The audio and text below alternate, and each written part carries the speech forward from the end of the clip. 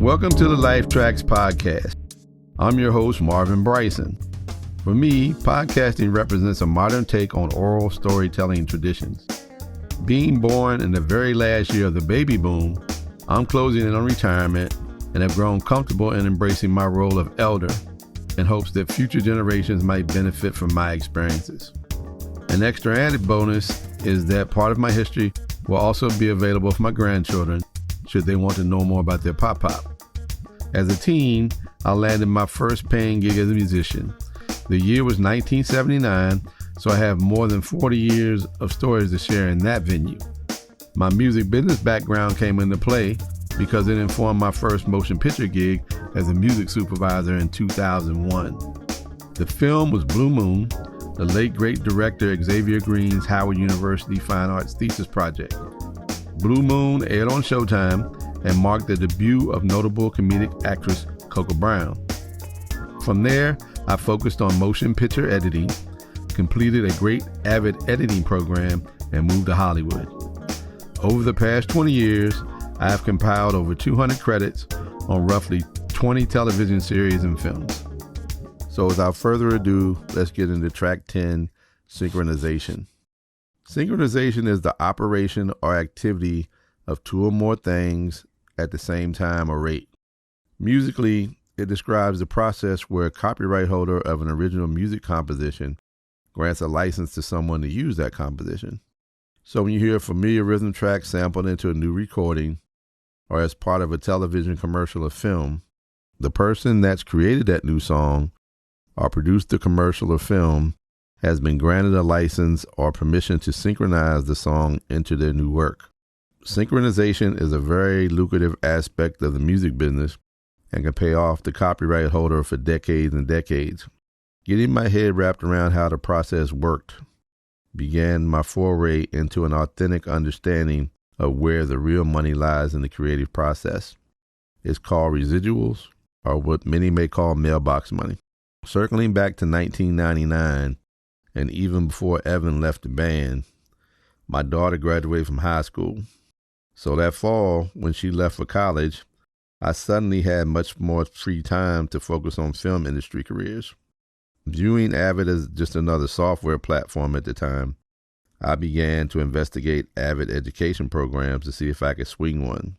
Working full-time as a manager, albeit on a 35-hour-a-week job, having a kid in college, and playing in a working band made changing gears into the filmmaking world seem impossible.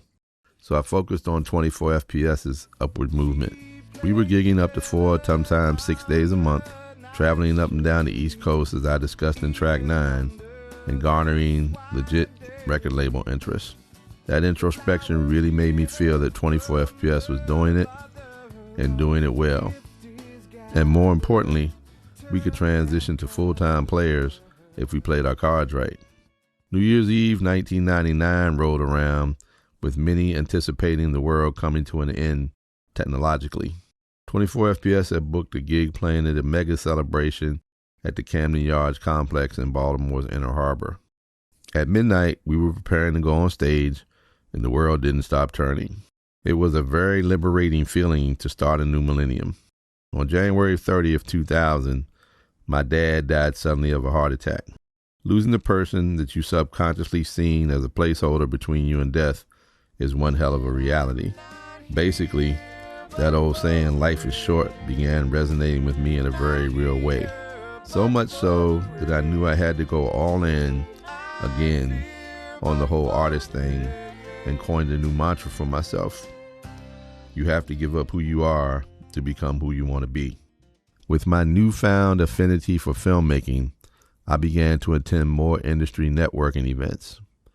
I also purchased a camera and an editing package to get a hands-on feel for visual media creation. At a DC Film Society mixer, I met two producers, Rob and Cynthia, that were working on a short film that was looking for source and score music. We exchanged info, and later that night, I composed what they call a needle drop, or a 2-minute instrumental with a sinister tone. I submitted 24 FPS a CD along with my sinister needle drop to the producers. 24 FPS's Desolation was selected as the opening piece of source music for the film, and my needle drop was selected too. This marked the beginning of my journey into music supervision and post-production. Regarding 24 FPS, Mike and me had talked and stepped up to increase band promotions. Mike built a website, and we started to go to the venues we booked a week or two beforehand to place posters and other promotional materials. That winter, we played locally and were also on the road a lot, landing a spot performing at the Philadelphia Music Conference and also playing a couple of Life Beats and CBGB's gigs in Manhattan. The band was cooking with gas, but unfortunately, I was burning out fast.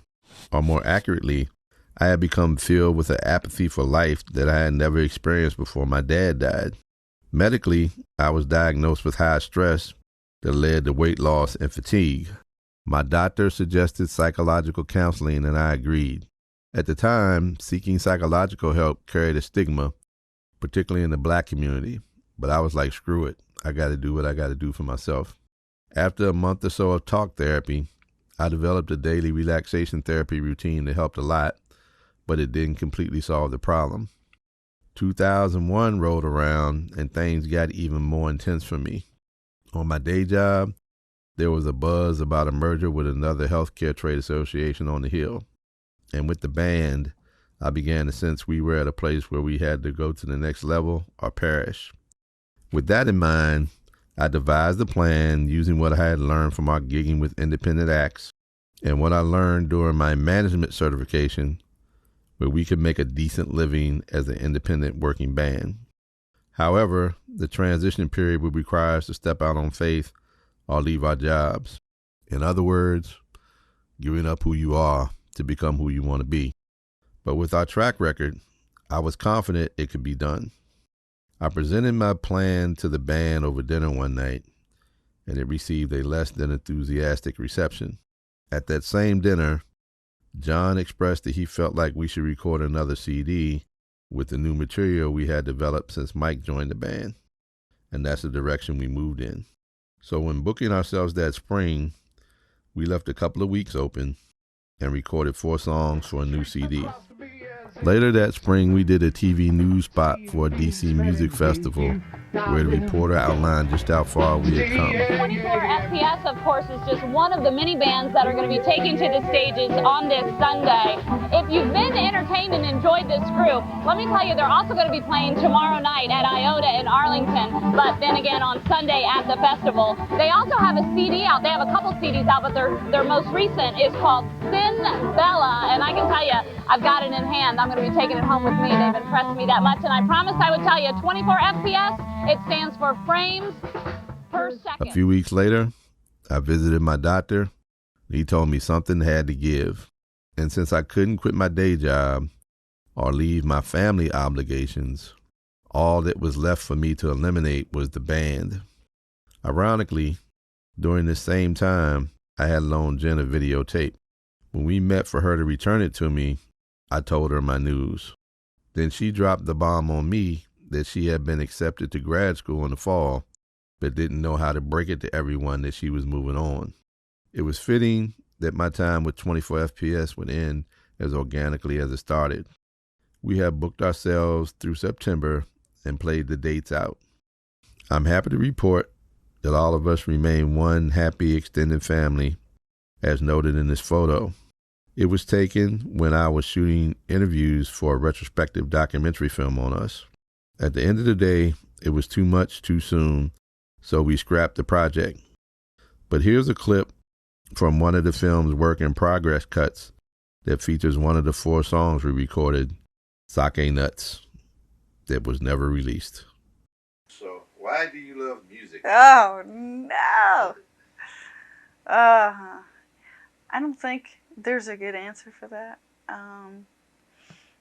You just show up on the planet and either you have to have it in your life or you like having it in your life. And I was a have to have. There's no choice. And people always ask me, you know, that rhetorical question, if you had to go blind or deaf, which one? And, you know, it's real clear for me. If I couldn't hear, you know, they'd have to put me away somewhere. It wouldn't matter anymore, you know? So, well, I have no choice, that's why.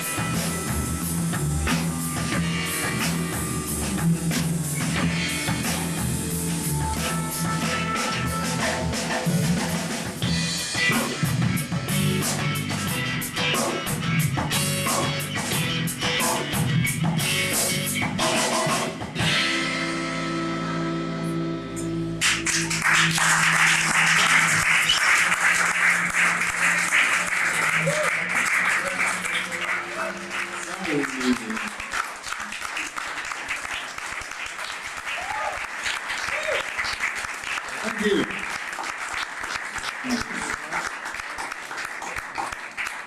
This is officially our second to last gig is 24 FPS, and we're very sad about that, but it's not going to keep us from rocking each and every ass in this room. The band. The band. I was so sad to see the demise of this band. From the very first moment I listened to 24 FPS's music, I was enthralled. I loved the sound of those gorgeous violin and cello riffs layered underneath or on top of John's vocal, which was really powerful and kind of pushing the limits. I thought those two, to me, that came from two different worlds, but they merged perfectly in the middle. And that kind of, for me, always personified the sound of 24 FPS.